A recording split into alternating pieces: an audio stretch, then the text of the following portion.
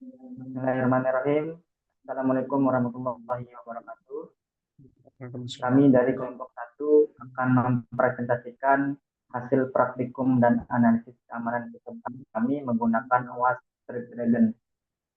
Dalam kasus ini, kami menggunakan simulasi pada sistem e-commerce yang menjadi salah satu sistem yang paling rentan terhadap ancaman cyber karena melibatkan data pribadi dan transaksi keuangan.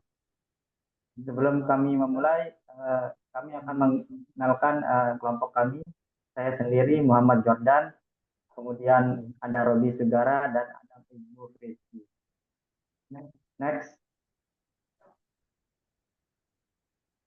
oke, kita mulai dari latar belakang. Keamanan sistem informasi hari ini bukan lagi sekedar pelengkap, tetapi sudah menjadi kebutuhan utama. Hampir setiap hari ini kita mendengar banyak kasus peretasan terhadap data pelanggan, mulai dari serangan phishing ataupun kebocoran terhadap transaksi online. Karena itu, setiap sistem yang menangani data sensitif seperti e-commerce wajib mempunyai rancangan keamanan yang matang sejak awal pengembangannya.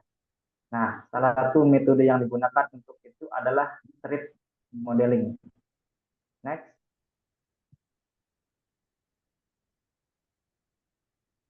Oke, threat modeling adalah proses sistematis untuk menganalisis, dan mengurangi ancaman keamanan sebelum sistem benar-benar dijalankan atau dipublish.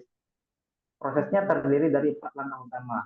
Yang pertama adalah mengidentifikasi aset dan ruang lingkup sistem. Yang kedua adalah membuat diagram alur data atau data flow diagram.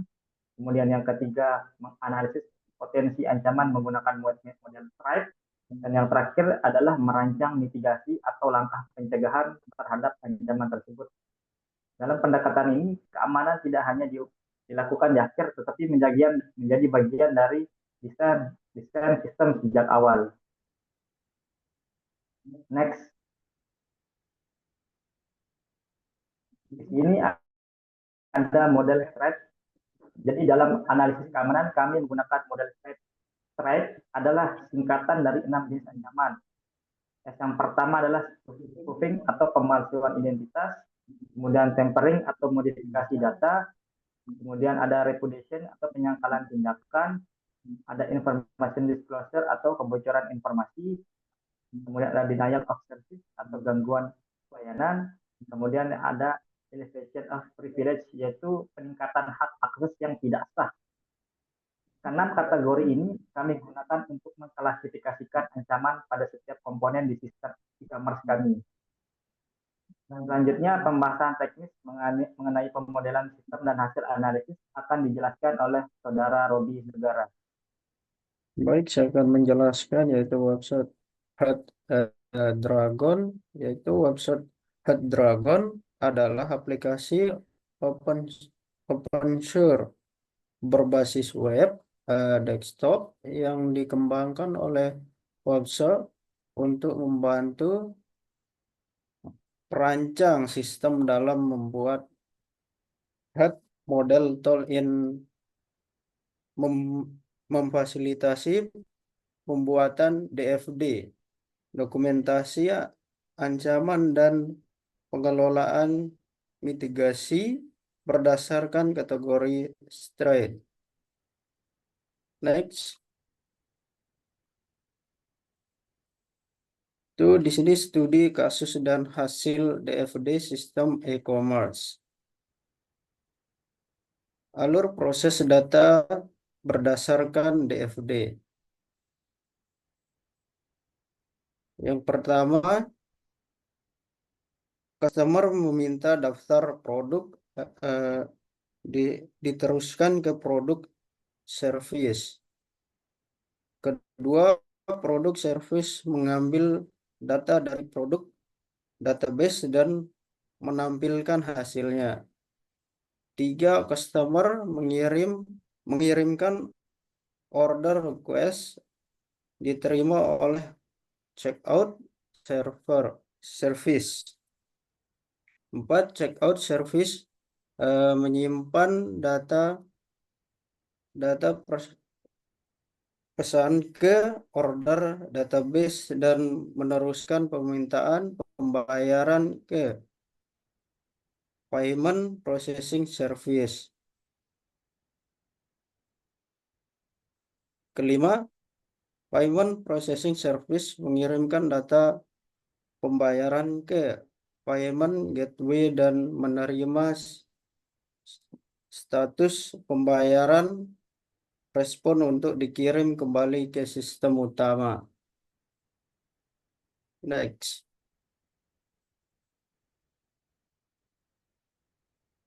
Identifikasi aset, entry point, dan terus boundary.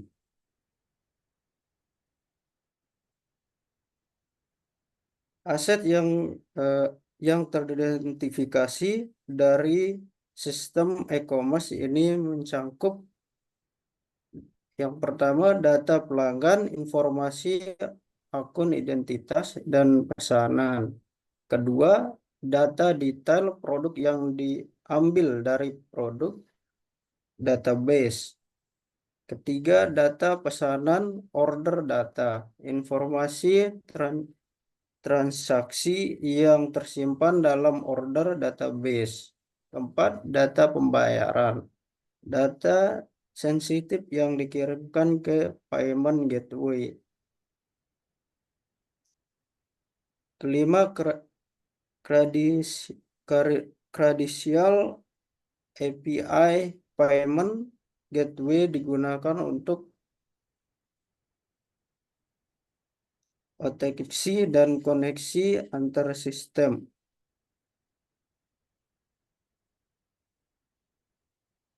Terus entry point, teknik masuk. Teknik masuk yang terlihat jelas dari DFD meliputi pertama from request produk customer, produk service, rentan terhadap information disclosure jika validasi gagal. Kedua, order request customer, checkout service, rentan terhadap tampering atau manipulasi data pesanan. Payment request, checkout service, payment processing service, payment gateway rawan terhadap spoofing dan data interception.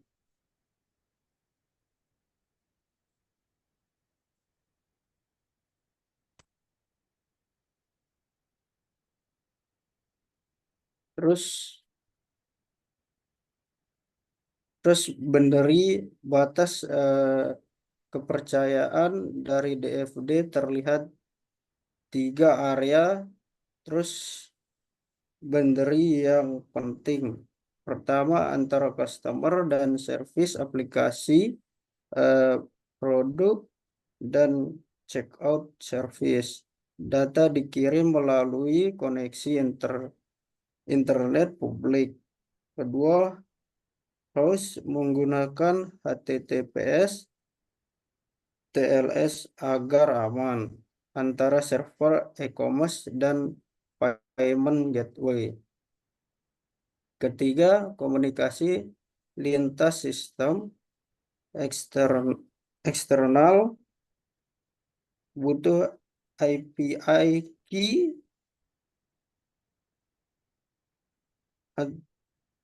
antar autentikasi token dan validasi respon antara server aplikasi dan database internal. Butuh kontrol akses berbasis peran RBAC dan ekspres penyimpanan data.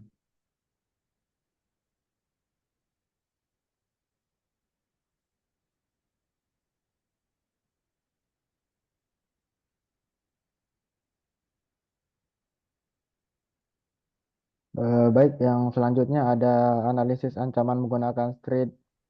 Setelah seluruh komponen dan aliran data dianalisis, dilakukan klasifikasi ancaman berdasarkan yang pertama ada Ada login form, jenis ancamannya itu spoofing, dampaknya itu akses ilegal akun pelanggan, lalu mitigasinya bisa menggunakan source cookie. Lalu yang kedua ada checkout service, jenis ancamannya itu tampering, dampaknya itu manipulasi harga produk. Mitigasinya itu menggunakan validasi dari sisi server. Lalu ada komponen payment flow, jenis ancamannya itu information disclosure. Eh, Dampaknya ini kebocoran data pembayaran. Mitigasinya itu bisa dari tokenisasi. Lalu ada order database, jenis ancamannya itu DOS, dampaknya itu gangguan akses server. Mitigasinya bisa dari WAF dan load balancer. Lalu ada komponen admin panel, jenis ancamannya itu elevation of privilege. Dampaknya itu akses admin tanpa izin. Mitigasinya bisa pakai RBAC dan 2FA. Lalu ada analisis resiko dan mitigasi. Nah, di sini hasil dari skor resiko dikategorikan sebagai berikut. Skor dari 1 sampai 3 itu tingkat resikonya itu rendah dan keterangannya itu dapat diterima, monitoringnya cukup. Lalu ada skor 4 sampai 6, tingkat risikonya itu sedang, perlu mitigasi selektif dan kontrol tambahan. Lalu 7 sampai 9 itu tingkat risikonya tinggi, harus segera dimitigasi, prioritas utama. Setelah kita mengecek risiko, lalu ada tahap mitigasi. Tahap mitigasi ini terdapat menjadi 4 strategi utama. Yang pertama ada avoid atau menghapus fitur atau komponen yang beresiko tinggi. Lalu yang kedua ada reduce atau juga bisa dibilang menerapkan kontrol keamanan untuk menekan kemungkinan atau dampak. Lalu yang keempat ada transfer, yakni mengalihkan resiko ke pihak lain. Lalu yang terakhir ada accept, yakni menyadari dan menerima resiko tersebut yang tidak signifikan. Terakhir kesimpulan, praktikum ini menunjukkan bahwa keamanan perangkat lunak harus dimulai dari tahap perancangan melalui OWASP Trade Dragon. Mahasiswa mampu menetapkan alur data, lalu bisa mengidentifikasi aset penting, entry point, dan trace boundary, lalu bisa mengklasifikasikan ancaman menggunakan stride, menentukan mitigasi yang relevan berdasarkan tingkat risiko. Hasil dari threat modeling ini membuktikan bahwa ancaman tertinggi berada pada login, checkout, dan pembayaran. Oke, sekian presentasi dari kelompok kami. Kurang lebihnya mohon maaf. Wabillahi taufiq wal hidayah. Wassalamualaikum warahmatullahi wabarakatuh. Wah,